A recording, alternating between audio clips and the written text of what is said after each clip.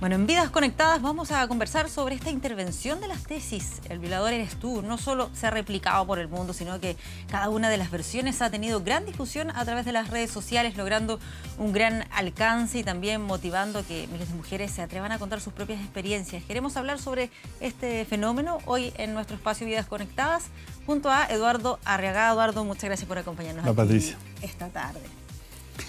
Me gustaría partir primero preguntándote cuál es el análisis que haces respecto a cómo ha sido el fenómeno, porque ha traspasado las fronteras, pero yo diría que también las culturas. Esto se ha visto en países como en India, en Turquía. El mensaje les ha llegado a las mujeres en distintos lugares del planeta y han replicado sus propias performances.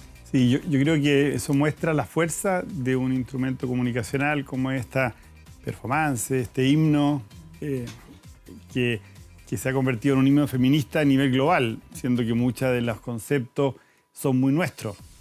Y yo creo que lo bonito de esto en nuestro contexto es cómo, lo que decías tú en la introducción, esto motiva algo.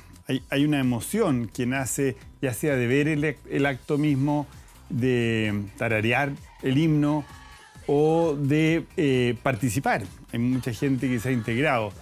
Y en esas acciones se genera, y yo creo que eso es lo valioso, una necesidad o se motiva la necesidad de compartir algo. Para mí lo más potente de esto es que genera una conversación muy relevante entre personas, tanto en las redes sociales como ha pasado, como también en cara a cara. La gente ha empezado a conversar del tema del abuso con una profundidad y una sinceridad que no estábamos acostumbrados. Tiene que ver con las frases que se utilizan, que tal vez hacen que mucha gente se sienta identificada, el tema de la culpabilidad, que no tenía que ver con el lugar ni con la ropa que se vestía en ese momento y que haya motivado que muchos empezaran a contar sus propias historias ahí en las redes sociales. Sí, yo creo que fue muy potente el canto, ese himno en esas frases que tú dices, que generaron que automáticamente la gente en las redes sociales empezara a asociar cada una de esas frases a realidades concretas que había experimentado. Algunas de abusos simples, pero otros de abusos muy drásticos. Un caso concreto, el caso del alcalde Lavín, que contaba la experiencia de su hija.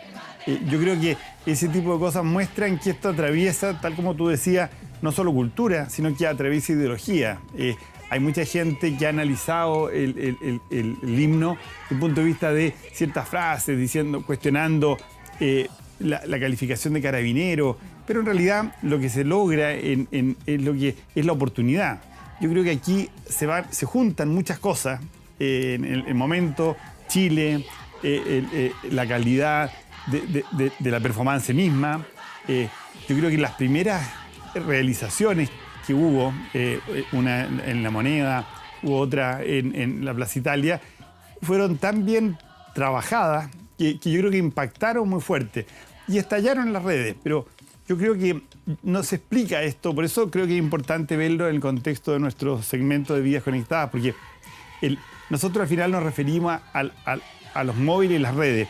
Y para mi gusto, si uno dijera qué es lo más relevante que han logrado los móviles y las redes, es hacer que nosotros como comunicadores nos demos cuenta que una parte muy importante de nuestro trabajo son conversaciones. Y las conversaciones como que rompen un poco esta idea que teníamos nosotros y nos educamos como comunicadores con la idea de que había un grupo de gente que decíamos cosas, informábamos, y otra gente que era como una audiencia, que estaba como echada oyendo, un receptor. Ese receptor se incorporó y participa y conversa. Entonces, la calidad de esto es muy distinto. Es decir, y yo creo que esta performance, este himno, tiene eso, tiene una cosa como motivadora de conversación, que yo creo que lo hace muy relevante, y creo que seguramente cuando se recuerde el año 2019, esto va a ser una de las cosas que aportó Chile, y incluso las mujeres chilenas aportaron a esta movilización, porque yo creo que incluso hubo un cambio de tipo de movilización. Sí, tuvo un impacto incluso, tal vez acá en nuestro país, mayor que lo que fue en su momento el Me Too. Lo digo porque en ese sentido también a nivel mundial mucha gente se atrevió a contar su propia experiencia. No sé si a nivel local fue tanto como lo que sí hemos visto ahora en las redes sociales cuando muchas mujeres empezaron a contar. No lo había pensado, pero yo creo que sí. Yo creo que el Me Too tuvo un efecto muy potente en un mundo, especialmente en el mundo de la espectáculo, la televisión, el mundo del cine. Un contagio muy grande que, por ejemplo, hace poco se extendió al mundo de la ópera, pero al final estábamos hablando de celebridades, de gente más pública. Esto yo creo que caló muy fuerte en la gente normal. La versión senior, que yo tuve incluso compañeras de generación, periodistas que fueron y lo que comentaban después de haber estado ahí era muy poderoso, era una cosa muy potente. Y yo creo que esto sirve para entender otras cosas que están pasando hoy día. Por ejemplo, que aparentemente no tienen nada que ver, pero por ejemplo estos hilos de Briones que dieron tanto que hablar, es un ministro que en vez de simplemente dar a conocer mensajes, él se asegura que la gente entiende el mensaje. Porque esa es como la diferencia cuando uno conversa. Una conversación valiosa es cuando tú te preocupas de que la otra persona entienda lo que tú quieres decirle. Y el 80% del éxito de esa conversación pasa por oír a la persona.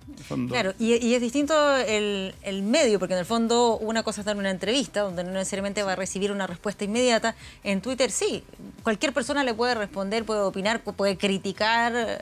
Como que te expone. Yo creo que ustedes mismos como profesionales, que son personas con un nombre y que tienen, al estar en pantalla, hay mucha gente que las conoce. Cuando ustedes publican en las redes se están exponiendo a que mucha gente interactúe con ustedes. Y yo creo que generar esa conversación es lo que la lleva. Es decir, porque tú al final... Hay un tema que yo encuentro que es muy bonito en el trabajo de las tesis, y es que tú para lograr ciertas respuestas importantes, como profundas, contundentes, no puedes simplemente poner un micrófono, no puedes simplemente poner una cámara. Tú tienes que generar una confianza, y eso se logra por muchas horas de estar con una persona, o se logra a veces por un guiño comunicacional, con un gesto, con una... En fondo, hay un concepto que se ha trabajado hace muchos años, viene de la investigación en comunicaciones brasilera, que es esta escucha activa. Es decir, por ejemplo, si tú quieres hablar con una persona oprimida, tú tienes que empatizar con esa opresión para que él de verdad te cuente su dolor, porque no te va a soltar el dolor directamente. Yo creo que esto tiene mucha relevancia para lo que viene en el futuro. En un país como Chile, con tremenda desconfianza, las autoridades, cualquier tipo de autoridad, va a tener que aprender a oír de una calidad de forma distinta. Ya no basta con decir, los hemos oído de chileno y responder rápidamente lo que yo ya tenía pensado hacer, sino que está obligado de verdad a darte tiempo para captar el matiz, porque no es simplemente que la gente está incómoda. ¿Cuál es el dolor de verdad? Y para eso yo creo que acciones como lo que hizo el colectivo Las Tesis es una lección, una lección para todos los chilenos de pensar cómo nosotros podemos sacar los dolores. Es decir, si nosotros queremos enfrentar de verdad nuestros problemas reales, elitismo, clericalismo, el tema mapuche, tenemos que aprender a oír. Muy bien. Eduardo Arriagada, muchas gracias por compartir este análisis acá en Canal 24 Horas. Nos vemos. Chao.